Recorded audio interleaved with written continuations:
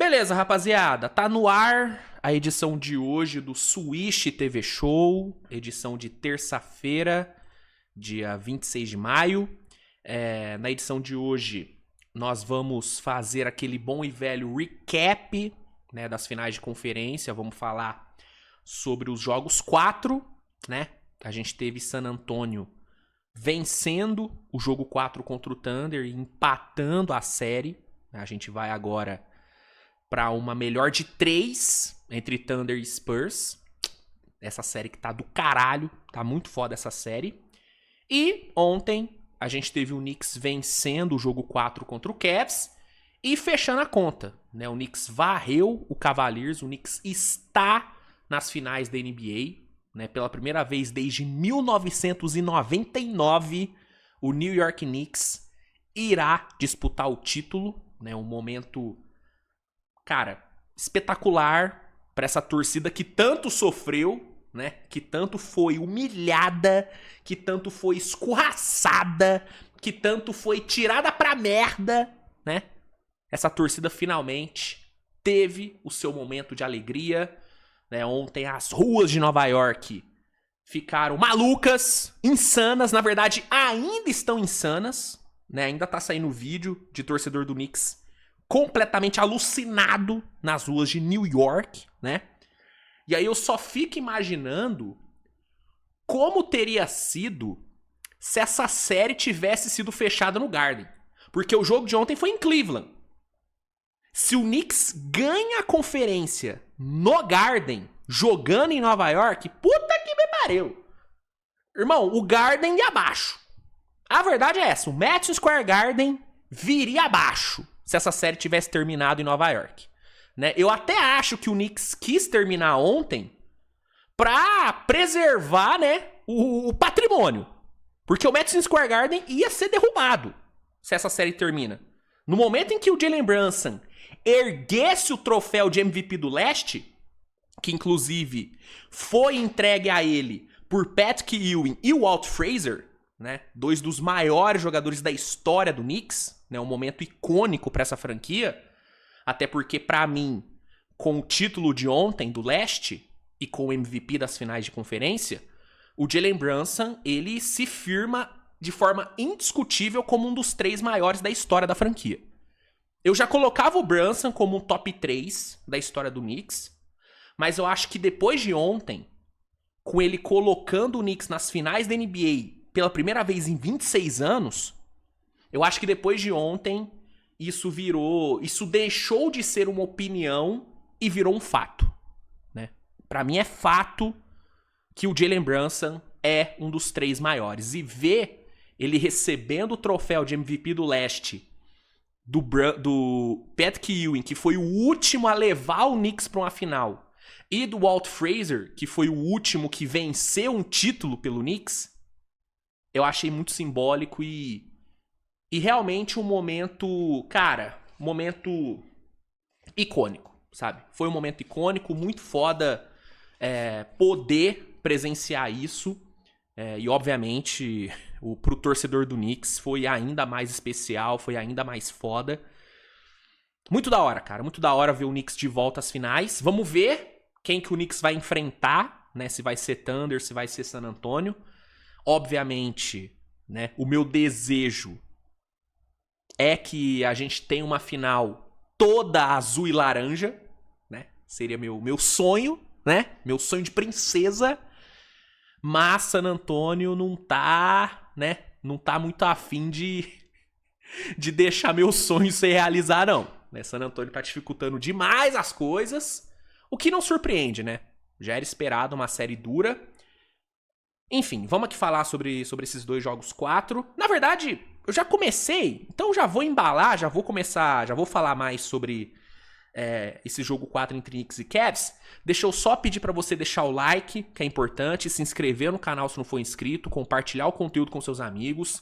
Não se esqueça também de dar aquela conferida nas promoções da Centauro e de usar o cupom SWISH10, né? Porque utilizando o cupom SWISH10 nas suas compras na Centauro, você garante um desconto adicional de 10% em produtos vendidos e entregues pela Centauro. né? Então, dá uma olhadinha e bota o cupom SWISH10, que é sucesso. Inclusive, essa camiseta aqui que eu tô usando, deixa eu botar aqui em tela cheia, essa camisa aqui, ó, que é a camisa da seleção, da Jordan, ó, essa camisa linda, que ficou maravilhosa, eu peguei na Centauro, né? Então, dá uma olhadinha. Quer comprar uma camisa dessa? Ou outra camisa de qualquer time, enfim.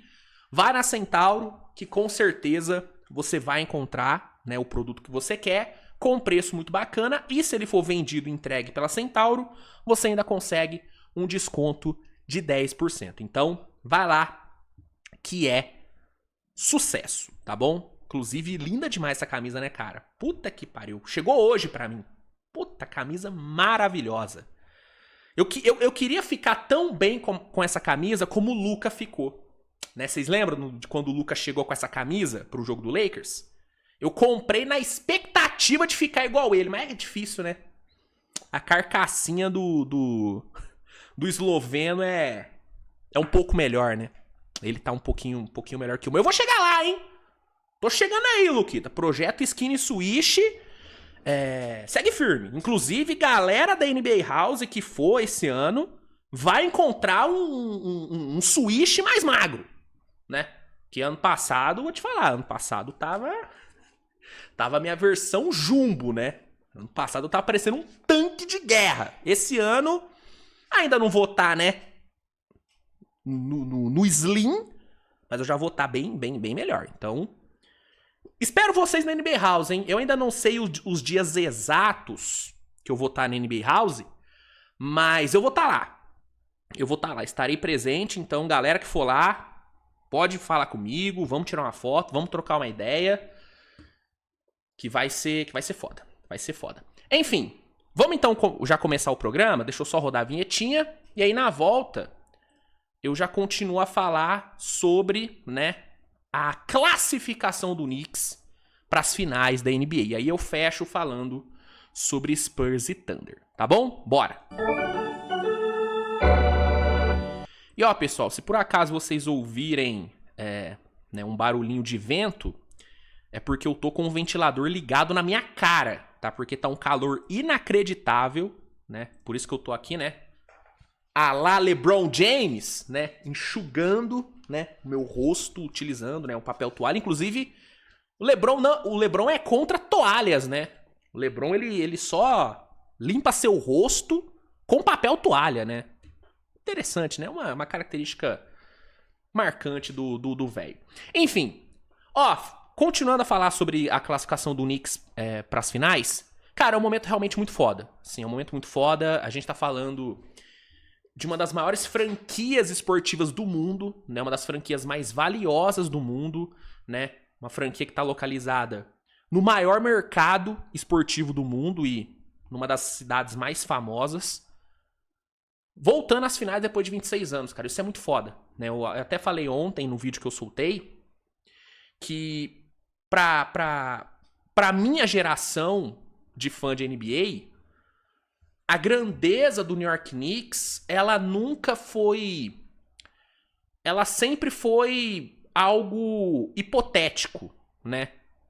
A gente nunca viu, pelo menos a minha geração, nunca viu o Knicks realmente sendo grande em quadra. Porque o Knicks só apanhou.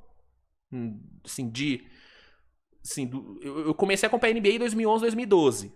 De 2011, 2012 pra cá, a gente só viu o Knicks apanhando. Só viu o Knicks decepcionando, só viu o Knicks pipocando. A gente nunca viu um Knicks realmente forte. Mas dos últimos 2 anos pra cá, as coisas mudaram, né? E agora, finalmente, a gente tá vendo a grandeza do Knicks na prática, né? O Knicks chega nas finais desse ano, galera, estando há mais de um mês sem perder. O Knicks chega nas finais desse ano vindo de 12, se não me engano, 11 ou 12. 11 ou 12 vitórias seguidas, tá? É um time que varreu os seus últimos 2 adversários. E praticando um basquete, cara, de altíssimo nível. Não é que o Knicks só vence. O Knicks vence e convence. O Knicks vence jogando muita bola. O Knicks vence dominando, tendo uma identidade, tendo um estilo de jogo próprio, né? Um Knicks extremamente coletivo. Né? Claro que o Jalen Brunson ele é o grande personagem desse time, é o grande jogador desse time, é o craque desse time. Mas, diferente dos últimos anos, onde tudo era sobre o Brunson, onde tudo passava por ele e só era resolvido por ele, hoje o Knicks vence por conta de um coletivo. Vence por conta de um Anunoby que tá fazendo um playoff gigantesco, né? Um cara que entrega tudo que você precisa. Ah, eu preciso de uma defesa foda no melhor jogador adversário. Anunoby entrega. Eu preciso de uma bola de 3 no momento decisivo. Anunoby entrega. Eu preciso de alguém pra cortar, né, fora da bola, pra abrir espaço, pra aproveitar os corredores da defesa. Anunoby faz. Ah, eu preciso de uma dunk na transição. Ele entrega. Eu preciso de um steal decisivo. Ele entrega tudo. Né? O Anunoby... E não é de hoje que eu falo isso, né? Eu falo isso há algum tempo. O Anunoby, ele é um dos jogadores mais valiosos que a NBA tem. O valor do Anunoby, cara, ele é quase que imensurável, assim. É um jogador que... Ele é um caso de jogador que jogaria em qualquer time da liga. Em qualquer time, o Anunoby seria titular. Eu falo isso com muita tranquilidade. Em qualquer time. No Thunder, seria titular. No Spurs, seria titular. No Lakers, no Lakers ele, escolhe camisa. No Clippers, escolhe camisa. Ele é titular em qualquer time. Em qualquer time, porque qualquer time quer ter um Anunoby. Entendeu? Então, o Knicks vence por conta dele. O Knicks vence por conta do Towns, que na mão do Mike Brown se transformou, né? Virou esse pivô playmaker, esse pivô criador, que ao mesmo tempo é um puta espaçador de quadra, é um grande reboteiro, é um cara que melhorou muito na defesa, ainda peca na questão das faltas, ainda é um problema que ele tem, comete muita falta. Mas ele elevou muito o nível. Elevou muito o nível. E nesse playoff o Towns tá jogando um absurdo, né? A melhor versão do Towns, ela surgiu no momento de mais necessidade do Knicks, que foi na pós-temporada. Né? Durante a regular, a gente teve alguns flashes desse Towns playmaker.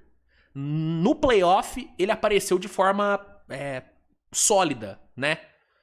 O ataque com ele em quadra é outro.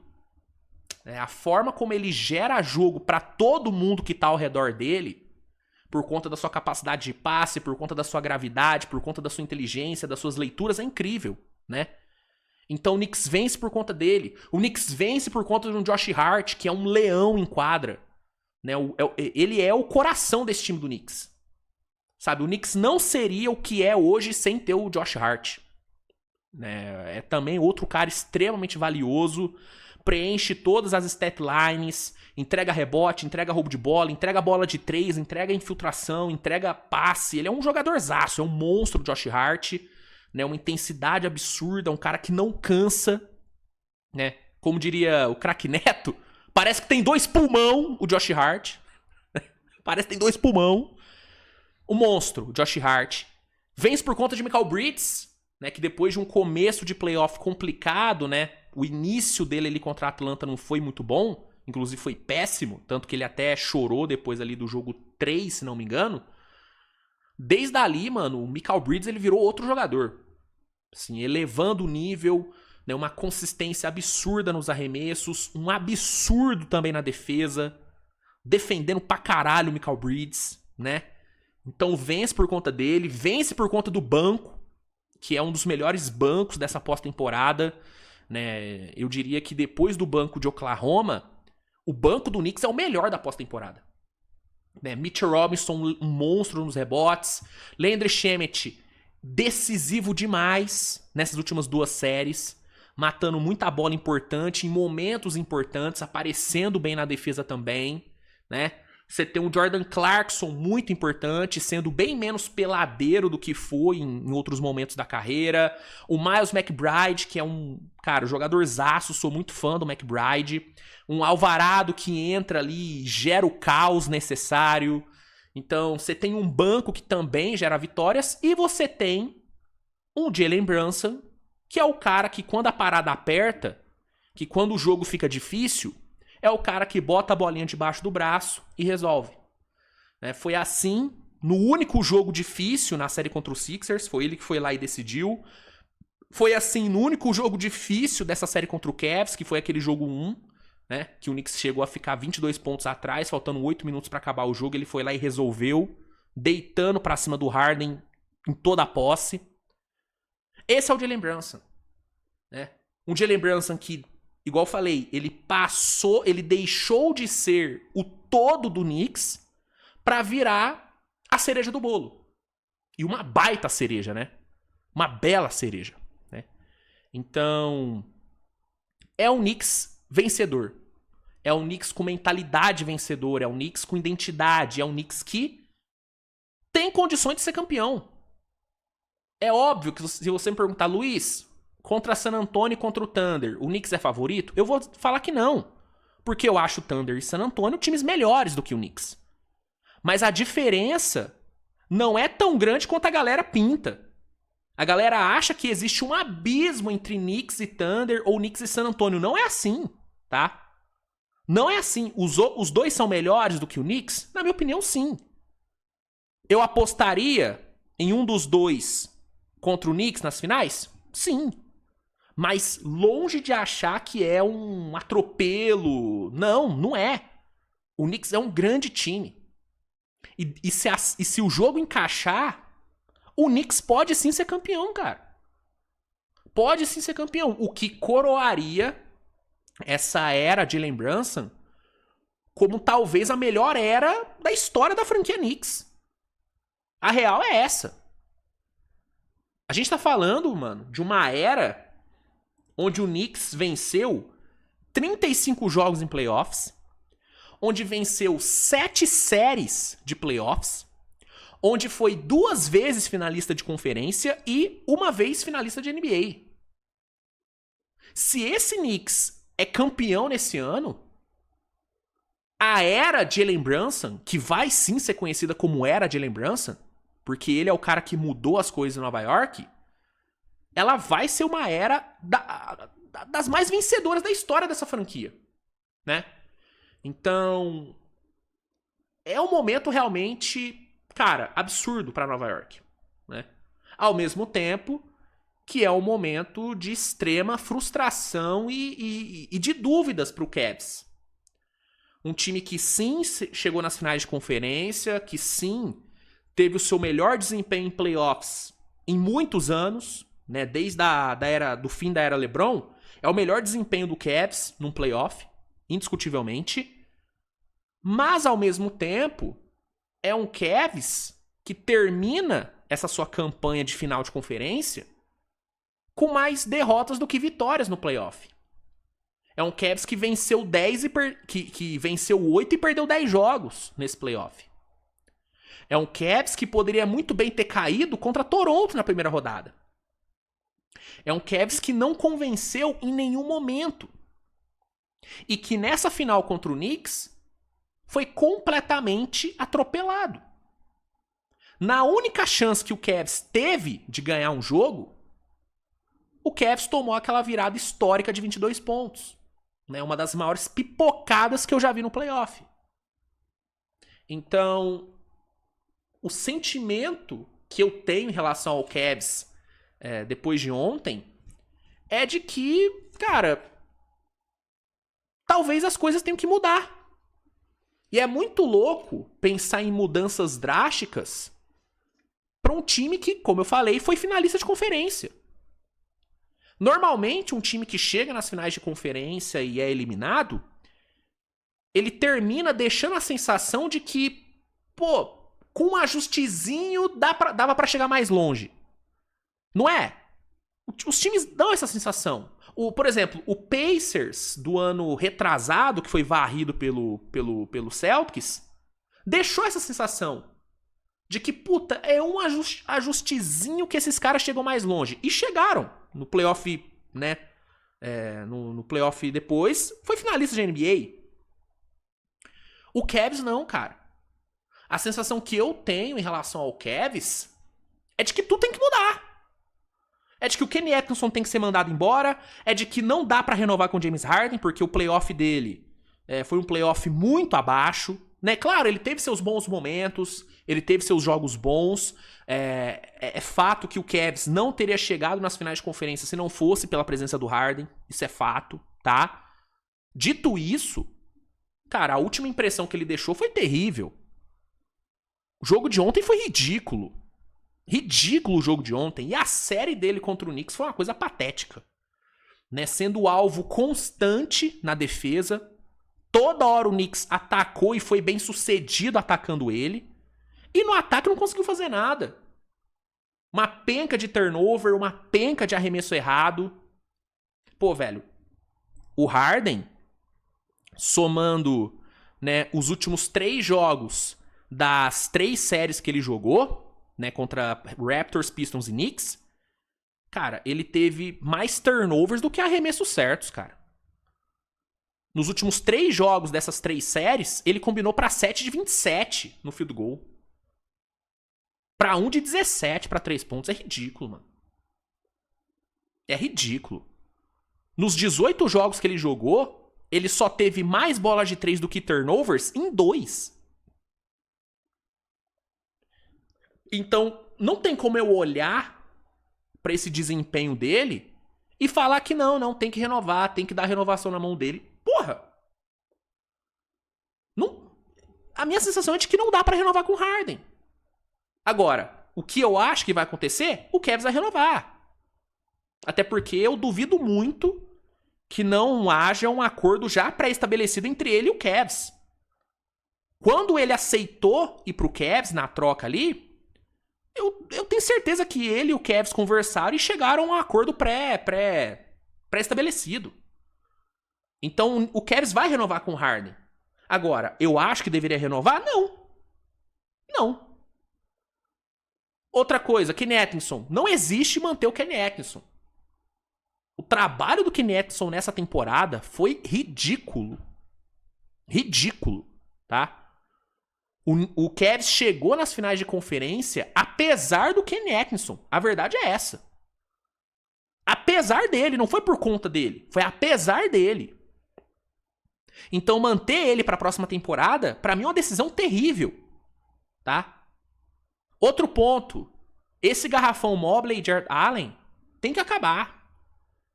Escolhe um dos dois e troca o outro. Não dá. Essa formação Double Big não funciona. E ela se provou ineficaz. Quer manter um dos dois? Beleza. Mas troca um. Se eu tivesse que escolher, trocaria o Jarrett Allen. Joga o Jarrett Allen no mercado. Traz ali um ala, sabe? Um ala estilo Anunoby. Melhora muito o time, cara. Dá mais espaçamento, dá mais dinâmica pra esse time. Né? E tem a questão do Donovan Mitchell. Que eu, se fosse Cleveland, não trocaria. Mas se eu fosse Donovan Mitchell, eu cogitaria seriamente um pedido de troca. Porque não dá, mano. Não dá, velho. Assim, eu sou defensor do Donovan Mitchell. Eu não acho que ele foi problema nesse playoff. Teve jogos ruins, teve performances ruins? Teve. Mas pra mim, o único cara que mostrou brilho na cara, especialmente no jogo de ontem, foi ele. Os outros se cagaram todos, desistiram. Ele não. Então, eu, se fosse Donovan Mitchell, cogitaria sim um pedido de troca. E mercado não vai faltar. Mercado pro Donovan Mitchell não vai faltar, porque ele é craque, é jogadorzaço. Né? Então, pro Cavs eu acho que é isso, cara. É um playoff que deixa muito mais dúvidas do que certezas pra Cleveland. O que é uma loucura, considerando que o time foi finalista de conferência. Mas é a realidade. É a realidade. Né? Eu vi algumas pessoas falando e eu concordo.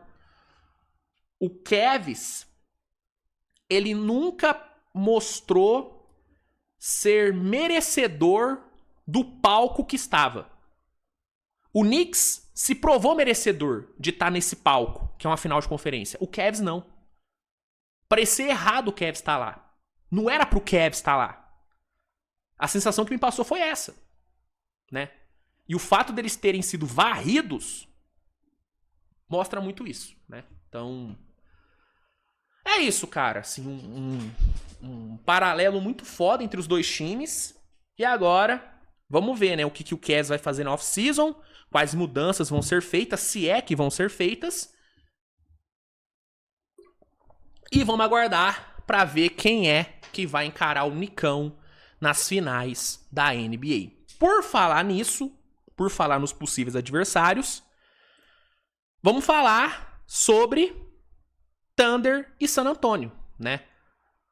No último jogo entre os dois, na segunda-feira, no domingo, perdão, San Antonio atropelou, né? A gente viu um Spurs extremamente, cara, dominante nesse jogo 4, né? O placar refletiu muito isso, né? 103-82. Foi a primeira vez desde 2022 que o Thunder terminou um jogo de playoff com menos de 90 pontos. Na verdade, não. Primeira vez desde 2020, tá? O Thunder não fazia menos de 90 pontos num jogo de playoff desde agosto de 2020. Surreal. Surreal o que a defesa de San Antonio fez. Um trabalho excelente em cima do Shai, né? O Shai que vinha causando bastante problemas para a defesa de San Antonio, né, cara? Nos primeiros 3 jogos, a gente viu um Shai explorando bem o que a defesa de San Antonio deu, né? Nos jogos 1 e 3, San Antonio dobrou muito em cima dele, né? Mandou dobras toda hora. E o que ele fez? Achou passes, né? Utilizou do seu playmaking, perdão, e achou muitos passes em cima das dobras que San Antonio mandou. E o resultado foi o OKC acertando muita bola de 3, especialmente no jogo 3, né? Que foi um ponto bem fora da curva, onde o McCain, Jay Will foram incríveis nas bolas de 3. No jogo 1, teve o Caruso, né? Virando Klay Thompson. E muitas das bolas que o Caruso matou no jogo 1 vieram de passes do Shai em cima das dobras. Então, quando o San Antonio dobrou, ele conseguiu, né, castigar nas assistências. E no jogo 2, quando o San Antonio não dobrou tanto assim em cima dele, ele veio para 30 pontos, né, castigando no mano a mano. Então, o Spurs vinha vivendo um dilema em relação à marcação em cima do Shai. Nesse jogo 4, não teve dilema, não teve problema. A marcação do Spurs anulou o Shai. E como que o Spurs fez isso? Não dobrando. O Spurs marcou o Shai individualmente basicamente o jogo inteiro. Teve ali um momentinho aqui ou ali que San Antonio mandou uma dobrinha, mas no todo, San Antonio não dobrou no Shai. E aí, a gente tem que falar muito sobre o Castle, que foi um monstro nesse jogo 4, né, marcando o Shai de uma forma impressionante, não deixando o Shai jogar, e sobre o Devin Vassell, que, na minha opinião, ele tá sendo um X-Factor escondido nessa série. A gente tá falando muito sobre o banco do Thunder, sobre o Wembanyama, sobre o Castle, sobre o Shai, e não estamos falando como deveríamos sobre o Devin Vassell. A série que o Devin Vassell vem fazendo, ela é muito boa, tá? É que os números, de vez em quando, eles não refletem isso. Mas, mano, é um Devin Vassell que tá com 17 pontos de média nessa série. É um Devin Vassell que, marcando o Shai, tá? No matchup contra o Shai, tá tendo um desempenho incrível, né? Ele defendeu o Shai em aproximadamente 50 posses na série. Nessas posses, o Shai tá tendo só 12 pontos de média com 27% de effect field goal. O Shai só acertou 4 de 15 arremessos tentados sendo marcado pelo Vassell. Então você tem um cara extremamente efetivo no ataque.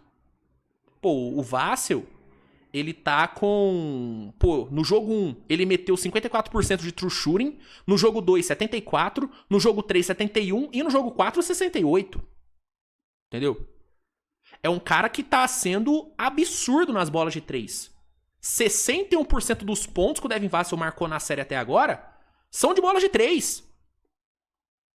92% das bolas de 3 que ele tá acertando são de catch and shoot. Ele tá com 40% de eficiência em catch and shoot nessa série pra 3 pontos. Ele é um absurdo, o Devin Vassell. Tá jogando pra caralho. Então, você tem um Castle jogando muito bem e marcando muito bem o Shai. Você tem um Vassell efetivo pra caralho no ataque e marcando muito bem o Shai. Nesse jogo 4 ele também marcou bem. E junto a isso, você teve um Embi se impondo, né? Ele que precisava dar uma resposta depois dos últimos 2 jogos que não foram, né, do mesmo nível do jogo 1. Ele meteu um jogo 4 fantástico, passando dos 30 pontos, dominante no garrafão, né, matando bola de 3, matando bola da meia quadra, sendo completamente imparável. E ao mesmo tempo, você teve um OKC jogando muito mal. Mérito da defesa de San Antonio, mas também muito demérito do ataque de Oklahoma. O Jared McCain acertou um arremesso no jogo inteiro. Ele que vem sendo um dos jogadores mais quentes do Thunder na série. Né, o Jalen Williams, que fez um jogo 3 absurdo, não fez nada no jogo 4. O Shai, muito bem marcado, mas também jogando mal. Nos poucos arremessos limpos que ele teve, ele não converteu. Né? Um Chet Holmgren muito sumido. Até acho que ele ajudou bem nos rebotes e tal, mas... cara, ofensivamente muito, muito subutilizado. E aí, na minha opinião, é muito erro do Daigneault, que tá usando mal o Chet no ataque. Tem demérito dele também, tá? O Chet tem que ser mais ativo, tem que ser mais enérgico. É o que eu cobro muito dele. Falta atitude pro Chet. Falta desejo de protagonismo. Ele não tem desejo de protagonismo. Não tem. Então falta isso nele. Mas o Daigneault também não tá ajudando o Chet. Pô, não desenha uma jogada pra ele. Em toda a posse ofensiva, ele fica plantado ali no corner. E eu entendo que ele tem que jogar espaçado pra tentar tirar o Embi do garrafão, mas, mano, você mata o Chet ofensivamente desse jeito. Né? Então ele tem que ter mais atitude? Com certeza. A gente tá... Ó, tamo fechado nisso. Ele tem que ter mais atitude. Mas o Daigneault tem que ajudar também o menino. Porque tá... Pô, ficar plantado no corner o jogo inteiro, porra, mata o cara, né? Então, assim, o Shai não foi bem, o Chet não foi bem, ninguém foi bem no Thunder. Ninguém, né? E, obviamente, não tem como não dizer, as ausências de AJ Mitchell e de J-Dub foram muito sentidas. Né? Muito do jogo ruim que o Shai fez foi pelo fato dele não ter ninguém pra ajudar ele na criação. Eu até brinquei depois do jogo, né? Que o único cara no ataque do Thunder capaz de bater bola no ataque era o Shai. Todos os outros eram completamente incapazes de bater bola, de criar alguma coisa, né? Tanto que, pro jogo de hoje, a presença ou do AJ ou do J-Dub, na minha opinião, é fundamental. Pelo que eu vi, o AJ não joga, parece que o AJ não vai ter condições de jogo. O J-Dub é como questionável. O J-Dub tem que jogar. Ah, não tá 100%. Irmão, tem que jogar. Porque agora a gente tá num cenário de uma melhor de 3. Uma melhor de 3 com o Thunder tendo 2 mandos. O Thunder não pode perder esses mandos. O Thunder não pode perder hoje. Se perder hoje, na minha opinião, acabou a série. Na minha opinião, acabou a série. E pra mim, se pro Thunder não perder hoje, o J-Dub tem que jogar. Ou o AJ Mitchell. Porque sem ter um criador secundário ao lado do Shai, e com a defesa de San Antonio jogando do jeito que jogou no jogo 4, fudeu. Fudeu. Né? Então, esse jogo 4, mano, ele jogou uma pressão enorme nas costas do Thunder. O que me deixa, não vou falar tranquilo, mas o que não me deixa me desesperar em relação a esse jogo 5 é o fato de ser em casa e o fato do Thunder ser um time que ano passado ganhou muita casca. Né, o Thunder esteve nessa situação de melhor de 3 com 2 jogos em casa 2 vezes temporada passada. E ganhou as 2, que foi contra Denver e contra Indiana. Então, eu acho que o Thunder pode vencer hoje, com certeza. Se tiver o J-Dub voltando ou o AJ Mitchell, eu acho que tem como vencer. Agora, se perder, pra mim, e aí não é papo de torcedor pessimista, é minha análise da série. Se perder hoje, eu acho que acabou. Aí eu acho que o Spurs fecha em casa. Sabe? Porque o momentum da série foi pra San Antonio. Depois do jogo 3, o momento tava todo do lado do Thunder.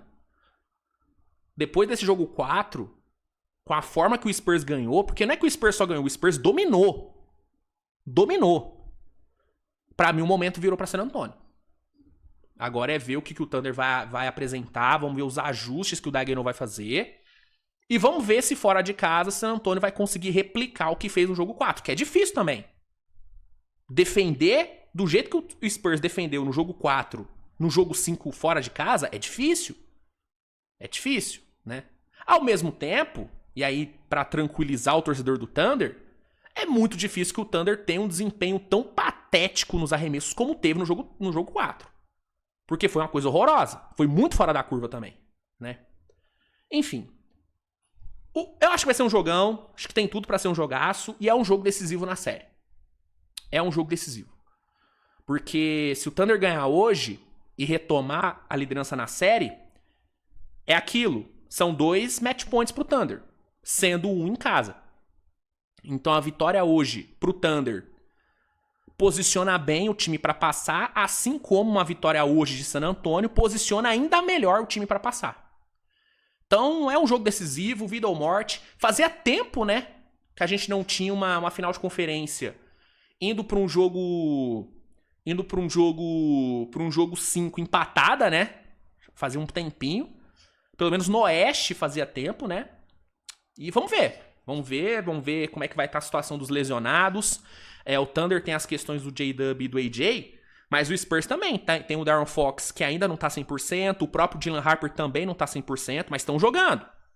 Vamos ver se eles vão ter condições de performar bem hoje também. Mas enfim, o jogo 4 foi todo de San Antonio, mas a série tá empatada, né? E agora, vamos aí para essa melhor de 3, com o OKC tendo 2 mandos nessa MD3, né? Como diria o jovem, essa MD3.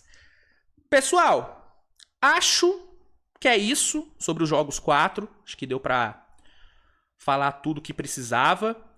Obrigado, viu, pela sua audiência nessa terça-feira. A gente se vê mais tarde com o pós-jogo de Thunder e San Antonio, né? Estarei aqui de volta. Valeu, tamo junto, um grande abraço, fiquem bem e até a próxima. Tchau, valeu!